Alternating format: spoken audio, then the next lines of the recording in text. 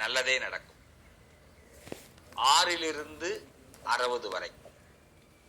இன்னைக்கு நாம பார்க்கக்கூடிய ராசி உத்திர நட்சத்திரம், அஸ்த நட்சத்திரம், சித்திரை நட்சத்திரம் முதல் பாதம் கொண்ட கன்னிராசி அன்பர்கள். இந்த கன்னிராசியில புதன் உச்சமும் ஆட்சியும் பெற்றிருக்கிறாருங்க. ஒரே ஆளு பிரைம் மினிஸ்டராகவும் இருக்காரு, பிரசிடென்டாகவும் இருக்காரு. ஒரே நபர் தான். அப்படின்னா அவங்க வைக்கிறதான சட்டம். அப்படிப்பட்ட புதன் மிகுமை நல்ல யோகம் கொண்டிருக்கிறதுனால தன்னுடைய எண்ணங்களை தெளிவாக மற்றவர்களுக்கு உரைக்கக்கூடிய கன்னிராசி அன்பர்கள். மகாபாரதத்துல ஒரு வார்த்தை, அதாவது பஞ்சபாண்டவர்கள்லாம் இந்த கிருஷ்ணனை தான் தேடி போறாங்க. ஆனா கிருஷ்ணனுடைய கதாபாத்திரம் முதல்ல இருந்து கடைசி வரைக்கும் அவங்கள்ட்டே தான் இருக்கு. கண்ண பரமாத்மா பக்கத்திலே இருக்கார். ஆனா கண்ணனை பாரதத்துல தர்மனுக்கோ பீமனுக்கோ ஏன் பாஞ்சாலிக்கு கூட துயரம் வரத்துக்கு முன்னாடி தேட விரும்பல இல்லையா? ஒரு கஷ்டம் அப்படின்னு வரும் பொழுது இதுக்கு யாரு நம்ம போய் தேர்றது, இந்த கஷ்டத்தை யாரு நமக்கு தீர்த்து வைப்பா, யாரு போல்டா பேசுவா, யாரு சுயநலம் இல்லாம பேசுவாங்க அப்படின்லாம் யோசிக்கும் போது கண்ணனை தவிர வேறு ஒருவன் அங்க இல்லை. இதை கண்டுபிடிக்கிறதுக்கு கஷ்டப்பட்டவனை தான் கண்டுபிடிச்சான். கஷ்டப்படுறதுக்கு முன்னாடியே கண்ணன் பக்கத்துல தான் இருந்தான். அப்பயே தர்மனுக்கு தெரிஞ்சிருந்தா தர்மனுக்கு அவ்வளவு பெரிய கஷ்டம் வந்திருக்குமா? ஏன் இப்போ இந்த இடத்துல சொல்றேன்னா,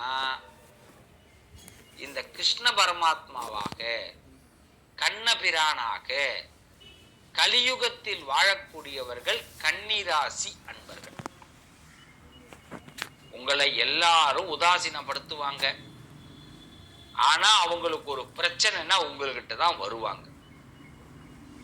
தலைமை பொறுப்புகளில் நீங்கள் இருந்தாலும் உங்க தலையை கிள்ளி எறிய வேண்டும் என்று பல பேர் துடிச்சுக்கிட்டு இருப்பாங்க. இவரை எப்படியாவது இந்த போஸ்ட்டை விட்டு கீழே இறக்கிடணும் அப்படின்னு ரொம்ப பேர் பயங்கரமா பக்காவா பிளான்லாம் பண்ணுவாங்க. ஆனா உங்களுக்கு முன்னாடி அப்படியே நல்லவங்க மாதிரியே இருப்பாங்க. அப்படிலாம் இருந்தாலும் கடைசியில ஒரு உதவினா உங்கள்கிட்ட வந்துருவாங்க. வேற வழியே கிடையாதுங்க. கண்ணன் இல்லை என்றால், புரியுதா? கண்ணன் இல்லைன்னா பாரதம் இல்லை. அப்ப கன்னிராசி அன்பர்கள் அங்க இல்ல, அங்க ஒரு நண்பனாக கன்னிராசி அமையல, ஒரு வாழ்க்கை துணைவனாக கன்னிராசி அமையல, வாழ்க்கை துணைவியாக கன்னிராசி அமையல அப்படின்னா அங்க வாழ்க்கை இல்லை.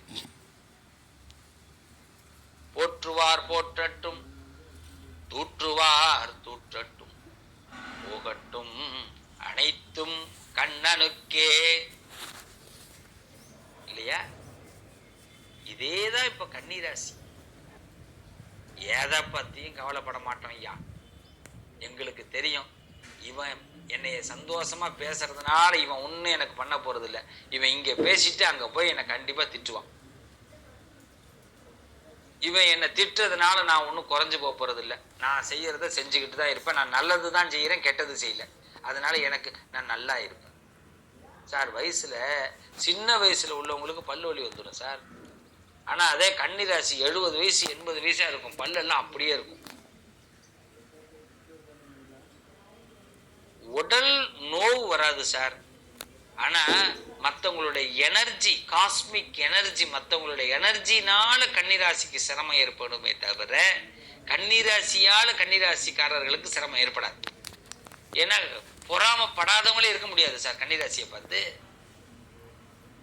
என்னங்க உனக்கு அதை சொல்லுவாங்கல்ல, உனக்குலாம் ஒண்ணுமே வராதா, இப்படியே கேட்டுருவாங்க. இப்படியே அவங்க நினைக்கிறது நம்மளால கண்டுபிடிக்க முடியும். என்ன கன்னிராசி அன்பர்களே, நான் சொல்றது உண்மையா இல்லையா? உங்களை பார்த்து இப்படி கேட்குறாங்களா இல்லையா? ஏன் உனக்கெல்லாம் ஒண்ணுமே வராது, எனக்கு தான் ஏன் கஷ்டமா வந்துட்டு இருக்கு, உனக்கெல்லாம் ஒண்ணும் வராதா அப்படின்னு கேட்கறாங்களா இல்லையா? கேட்பார்கள். ஏன்னா நீங்க என்னவாக இருந்தாலும் அப்படி தட்டி விட்டு போயிட்டு இருக்கீங்க பாருங்களேன். சார் உங்கள்கிட்ட போஸ்ட் கொடுத்தாலும் இப்படியே இருக்கீங்க, போஸ்ட்டை பிடிக்கிட்டாங்க, உங்களுக்கு உள்ள பதவியை தூக்கிட்டாங்க, அப்பயும் இப்படியே இருக்கீங்க. எதிராளி எப்படி இருப்பான்? சிரமப்படுவான்ல, வேதனைப்படுவான்ல. இப்படி பல பேருக்கு சிம்ம சொப்பனமாக வாழக்கூடிய கன்னிராசி அன்பர்களே, உங்க வாழ்க்கையில எக்காரணம் கொண்டும் மற்றவர்கள் தான் உங்களிடத்திலே வந்து உதவி கேட்க வேண்டுமே தவிர ஒரு காலமும் மற்றவர்களிடத்தில் நீங்க போய் உதவி கேட்க மாட்டீங்க. மற்ற எல்லாரையும் காலில் போட்டு வச்சிருப்பீங்க, ஆனா வெளியிலே தெரியாது. Silent killer. உண்மையா? இப்படிதானே? ஆனா உங்களால் வாழ்ந்தவர்கள் கோடி, வீழ்ந்தவர்கள் யாரும் கிடையாது. ஓப்பனா பேசுவீங்க சார், அது உங்களுடைய பிளஸ். அது எங்களுக்கு பிடிக்காதுங்க. யாருக்கு பிடிக்காது? மற்றவங்களுக்கு பிடிக்காது. நீங்க தான் ஓப்பனா பேசுறீங்க. ஐயோ, கன்னிராசிக்காரவங்களை கண்ட தெரிச்சு ஓடுவாங்க. கன்னிராசிக்காரர்களை கண்ட தெரிச்சு ஓடுவார்கள். என்னன்னா, ஐயா அந்த ஆள் உண்மையை சொல்லிடுவான்ப்பா. உண்டு இல்ல, தப்புன்னா தப்பு தான். தாம் பிள்ளையா இருந்தாலும் தப்பு தான், அடுத்த பிள்ளையா இருந்தாலும் தப்பு தான். ஆனா கன்னிராசிக்காரர்கள்ட்ட நம்மால ஏதோ ஒரு விஷயம் முடியல, நம்ம குடும்பத்துல ஒரு விஷயம் முடியல, அந்த கன்னிராசிக்காரரை பார்த்து எனக்கு ஏதாவது ஒண்ணு முடிச்சு கொடுன்னா, சொந்த வீட்டுல உள்ளவங்க கேட்டா கன்னிராசிக்காரர் முடிக்க முடியாது, அவர் பண்ண மாட்டாரு. ஆனா பக்கத்து வீட்டுக்காரன் கேட்டா உடனே அது மதில் ஏறி போய், மரம் ஏறி போய் அந்த காரியத்தை முடிச்சிருவார். முடியாத விஷயத்தையும் முடிப்பார். அதே சொந்த வீட்டுக்காரங்க கேட்டா ஏங்க முடிக்க முடியாதா? முடிக்க முடியும். சொந்த வீட்டுக்காரன் கேட்கிற விதத்தை வைத்து அவர் பார்ப்பார்.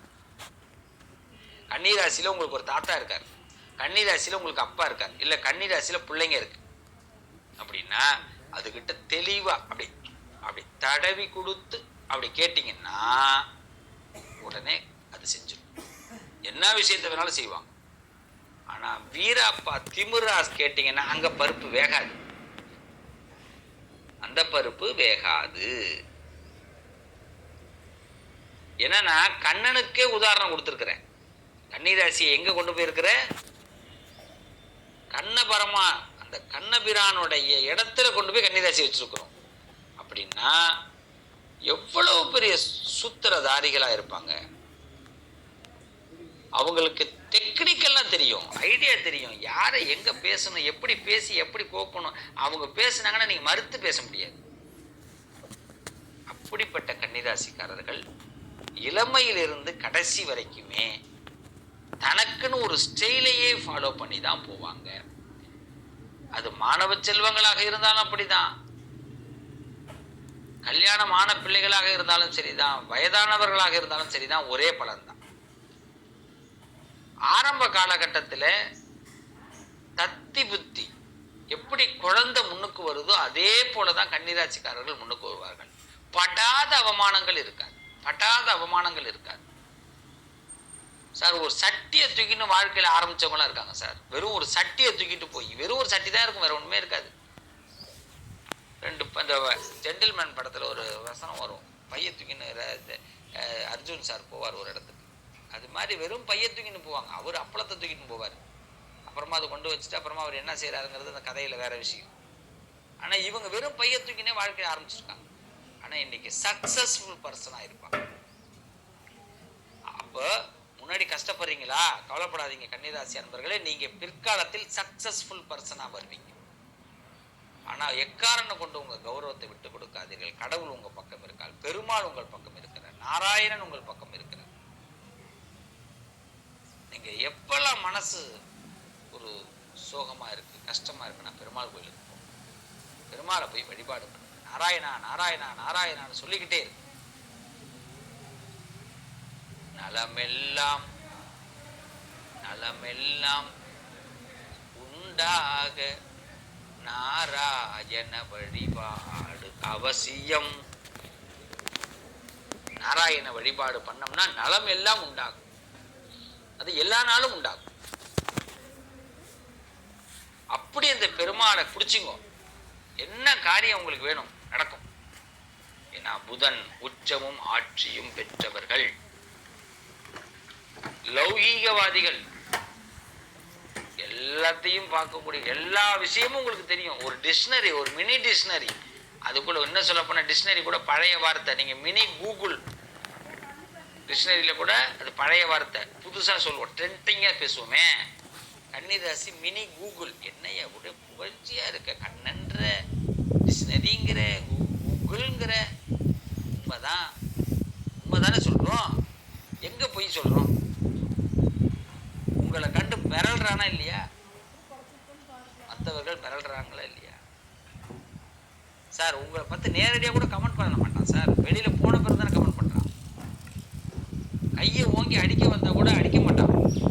நீங்க கடனை வாங்கிட்டு ஊரை விட்டு போனா கூட கடன் கேட்க மாட்டான். அதுக்கு கடனை வாங்கிட்டு ஊரை விட்டு போயிடாதீங்க, கடனை அடைச்சாதான் தன்மானம். நான் அப்படி சொல்லலை. எவ்வளவு நெருக்கடி காலமாக இருந்தாலும் ஒரு நீங்க உங்க மேல வச்சிருக்கிற நம்பிக்கை மற்றவர்களுக்கு குறையாது. மற்றவங்களுக்கு கடன் கொடுத்தா கூட திருப்பி கொடுக்க மாட்டாங்க. ஆனா கன்னிராசிக்காரங்களுக்கு கடன் கொடுத்த, ஏன்னா கண்ணபிரான்னு சொல்லியிருக்கிறேன். அப்போ கண்ணியமானவர்கள், அதனாலதான் கண்ணினே பேரு. என்னைக்குமே இளமையா இருக்கக்கூடியவர்கள். 70 வயசு 80 வயசு தாத்தாவை பார்த்தீங்கன்னா கூட அவருக்கு 16 வயசுல இருக்கிற அதே பவர் இருக்கும். கன்னிராசி உண்டு. 80 வயசு தாத்தாவுக்கு 16 வயசு பவர் இருக்கும்.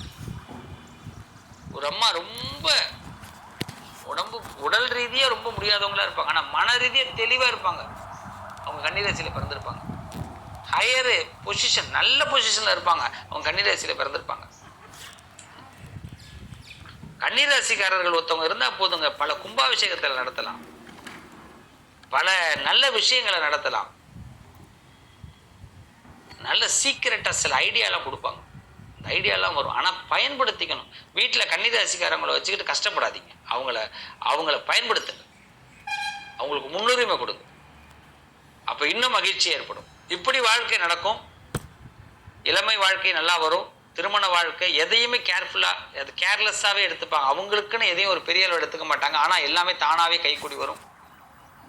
சிலருடைய எதிர்ப்புகள் தான் கொஞ்சம் அதிகமாக இருக்கும். அந்த எதிர்ப்புகளை மீண்டும் மீண்டும் வரணும். டெய்லி ஒரு எதிர்ப்பு. இன்னைக்கு இந்த எதிரியை நம்ம விளக்கிட்டோம் அப்படின்னா நாளைக்கு ஒரு எதிரி வந்துடுவோம், அப்புறம் நாளானைக்கு ஒரு எதிரி. அதெல்லாம் வேற வழி கிடையாது, தொடர்ந்து வந்துக்கிட்டே இருப்பாங்க.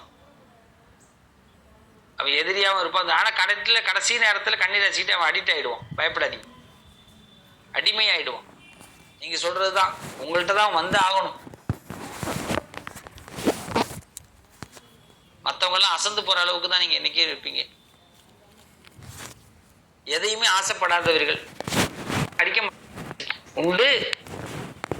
80 வயசு தாத்தாவுக்கு 16 இந்த வருஷம் 12வது முடிச்சிட்டாங்க.